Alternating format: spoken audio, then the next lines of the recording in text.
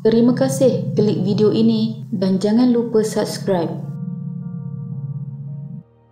Taman Tema adalah satu tempat yang menyeronokkan dan disukai oleh hampir semua peringkat umur. Tidak kira apa jua permainan disediakan, Taman Tema sememangnya merupakan tempat untuk bergembira dan sering menjadi tempat tumpuan orang awam meluangkan masa bersama keluarga dan rakan-rakan. Namun, Taman Tema juga boleh menjadi tempat yang berbahaya sehingga ada yang meragut nyawa sekiranya pihak pengurusan tersebut mengabaikan aspek keselamatan pengunjung. Pada tahun 2015, seramai 15 orang maut dan 500 pengunjung cedera dengan hampir 200 daripadanya parah dalam satu kejadian ngeri di sebuah taman tema air di Taipei, Taiwan. Malah media antarabangsa pada ketika itu turut menyifatkan kejadian yang berlaku di waterpark Formosa Fun Coast itu sebagai pesta api neraka, mengimbau kembali insiden mengerikan tersebut. Kejadian itu berlaku sewaktu pesta muzik Color Play Asia yang diadakan di lokasi di taman tema air berkenaan. Lalu, apa sebenarnya yang telah berlaku? Ini adalah kisahnya.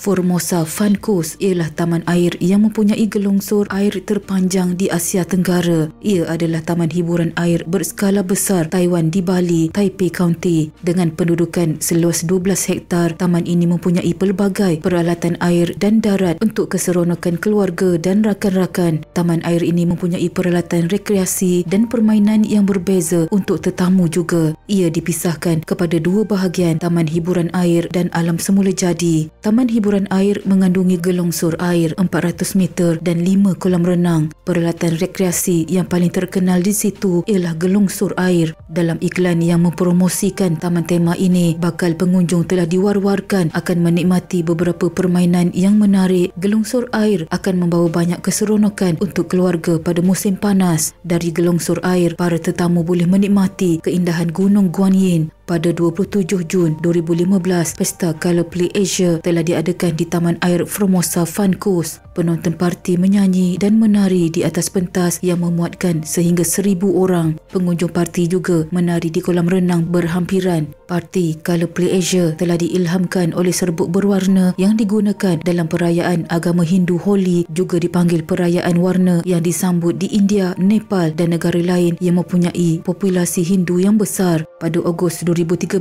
Pesta Warna Taiwan pertama telah berlangsung di Sizihuan, kota Kaohsiung. Ia dianjurkan oleh syarikat acara yang sama yang menganjurkan Color Play Asia. Pada tahun yang sama, pakar Universiti Tsinghua Kebangsaan memberi amaran bahawa serbuk berwarna yang digunakan semasa Pesta Color Play Asia mungkin menyebabkan letupan habuk jika bahan itu terbakar.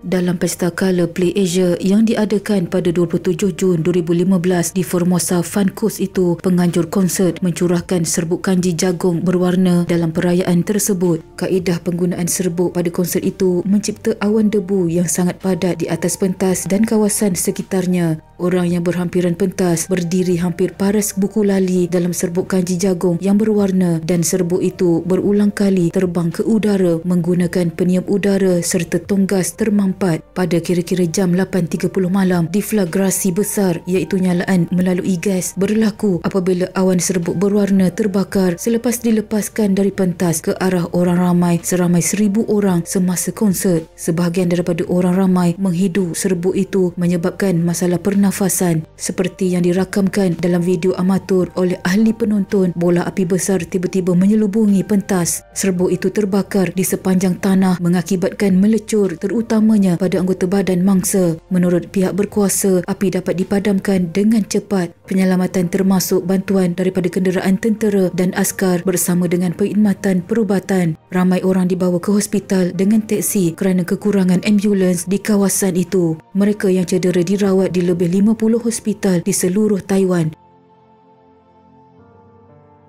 Sehingga 29 November 2015, 15 daripada 497 yang cedera telah meninggal dunia. 44 mangsa masih dirawat di hospital dan 11 sedang dirawat di wad rawatan rapi, manakala 57 yang lain telah dibenarkan keluar dari hospital selepas rawatan. Kebanyakan yang cedera adalah pelajar pengajian tinggi berusia 20-an dan lewat remaja yang baru sahaja memulakan percutian musim panas mereka. Anggaran awal 519 orang cedera adalah disebabkan pengiraan 2 kali pesakit yang dipindahkan antara hospital. Ramai mangsa berpakaian ringan kerana ketika itu cuaca panas dan berada di taman tema air melecur pada sebahagian besar badan mereka. Sesetengah mangsa mengalami melecur 80 hingga 90% daripada kulit mereka. 4 warga asing yang cedera dalam acara itu telah diterbangkan pulang melalui penerbangan SOS antarabangsa untuk rawatan perubatan susulan pada 29 Jun, 2 ke Hong Kong iaitu Hospital Queen Mary dan Hospital Prince of Wales, seorang ke Shanghai, Hospital Ryujin dan seorang ke Singapura, Hospital Besar Singapura. 2 kes bunuh diri dikaitkan dengan peristiwa itu iaitu seorang bapa kepada mangsa melecur yang masih hidup manakala seorang lagi lelaki yang mendermakan kulitnya kepada mangsa.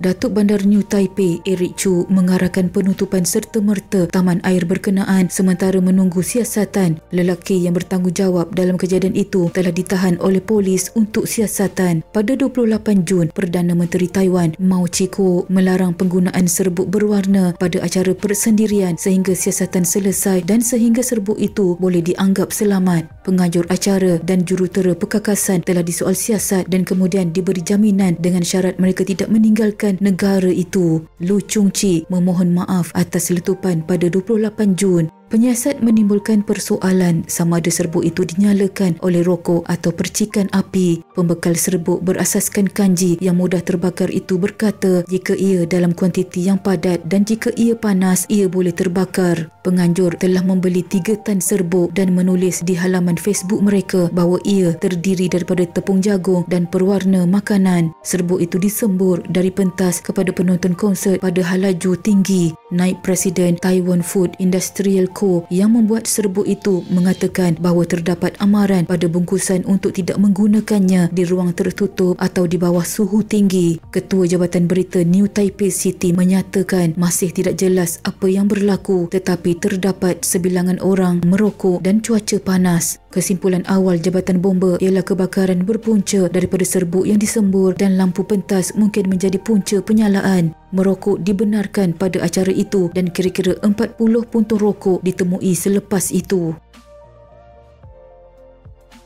Pada Oktober 2015, jawatan kuasa yang ditubuhkan oleh Kerajaan New Taipei City untuk mengawasi sumbangan keuangan yang berkaitan dengan letupan mengumumkan rancangan untuk mengagihkan dana yang terkumpul. Mangsa yang terselamat akan menerima antara $65,000 dan $6.5 juta bergantung kepada keparahan kecederaan yang dialami dalam letupan habu itu. Keluarga 12 orang yang telah meninggal dunia diberi pampasan $8.25 juta.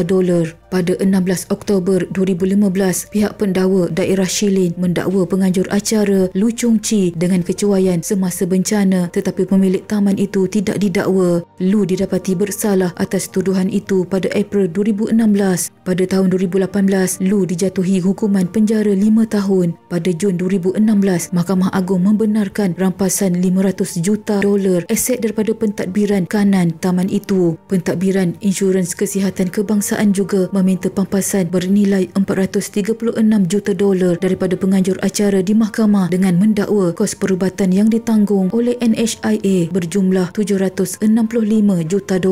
Pada 1 Mac 2017, Mahkamah Tinggi Pentadbiran Taipei memutuskan taman itu boleh dibuka semula apabila mahkamah membatalkan perintah kerajaan untuk menggantung lesennya. Selepas kejadian itu, beberapa kemudahan taman itu telah dialihkan dan sehingga kini masih belum dipulihkan. Sekian.